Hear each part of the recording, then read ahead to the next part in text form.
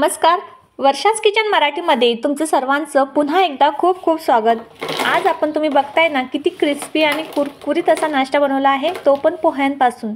बऱ्याच वेळा आपण पोह्यांपासून एकतर कांदा पोहे बनवतो किंवा मग बटाटा पोहे बनवतो, तर असा क्रिस्पी नाश्ता एकदा नक्कीच बनवून बघा। तर चला कसं बनवले ते बघूया। तर सुरुवातीला मी इथे 1 कप पोहे घेतलेले आहे। नॉर्मल जे पोहे आपण कांदे पोहेसाठी वापरत असतो तेच पोहे घेतलेले। तर हे पोहे आपल्याला स्वच्छ असे धुवून घ्यायचे आहे। त्यानंतर त्यामध्ये आपल्याला पाणी घालायचं आहे। तर पाणी आपल्याला इतपत म्हणजे जेवढे पोहे आहे तेवढंच आपल्याला यामध्ये पाणी घालायचं आहे। आता हे पोहे आपल्याला साईडला एक 10 मिनिट भिजत घालायचं आहे। पोहे भिजताय तोपर्यंत आपण पुढची तयारी करूया। तर इथे मी 2 बटाटे घेतलेले आहे। तुमच्याकडे जर मोठा बटाटा असेल तर 1 घेतला तरीही चालेल, आणि तुम्हाला जर बटाटे आवडत असेल तर इथे 2 किंवा 3 घेतले तरीही चालेल। आता बटाट्याची मी वरची साल काढून घेतलेली आणि असे मीडियम आकाराची याची आपल्याला फोडी करून घ्यायची आहे। आता फोडी करून झाल्यावर हे बटाटे एक वेळा आपल्याला असे स्वच्छ धुवून घ्यायचे। त्यानंतर त्यामध्ये मी थोडंसं पाणी घालून घेते, म्हणजे बटाटे हे आपले काळे पडणार नाही। आता आपल्याला एक पेस्ट बनवून घ्यायची आहे। त्यासाठी मी इथे 1 चम्मच जिरं घेतलेलं, 3 ते 4 मिरी घेतली, थोडंसं आलं घेतलेलं आणि 2 ते 3 इथे हिरवी मिरची घेतलेली आहे।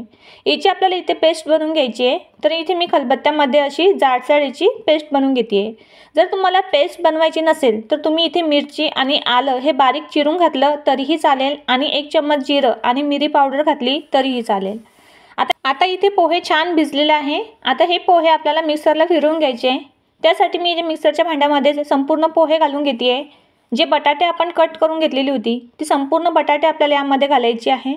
इथं माझं मिक्सरचं भांडं छोटं होतं म्हणून मी हे 2 वेळा फिरवून घेतलेलं आहे।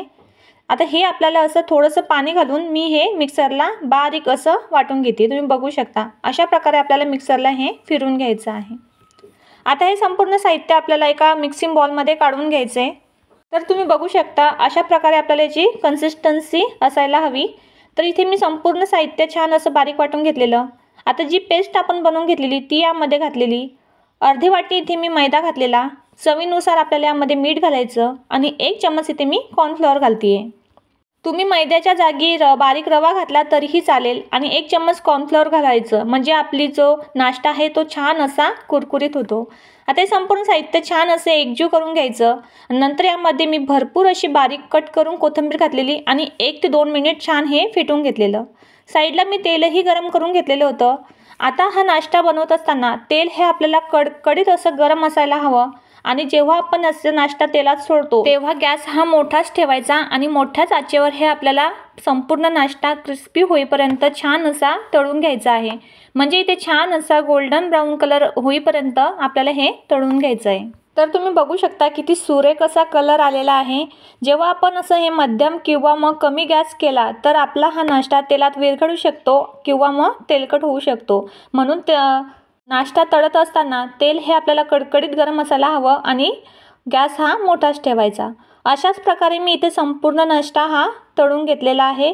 चवीला खूप छान लागतो आणि लहान मुलांना तर नक्कीच आवडेल।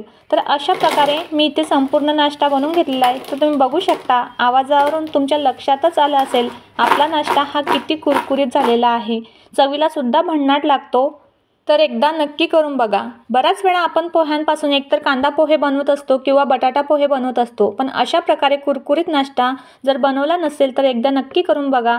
हा नाश्ता तुम्ही टोमॅटो सॉस सोबत किंवा मेयोनीज सोबत सुद्धा खूप छान लागतो। तर तुम्हाला ही रेसिपी कशी वाटली मला नक्की कमेंट्समध्ये सांगा। लाईक शेअर करा, आणि वर्षाच किचन मराठीला सबस्क्राईब केलं नसेल तर नक्की सबस्क्राईब करा। तर आजची किचन टिप बघूया।